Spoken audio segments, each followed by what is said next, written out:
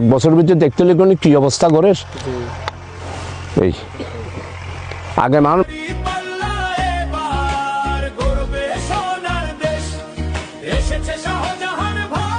ওনারা বিয়ার আমলি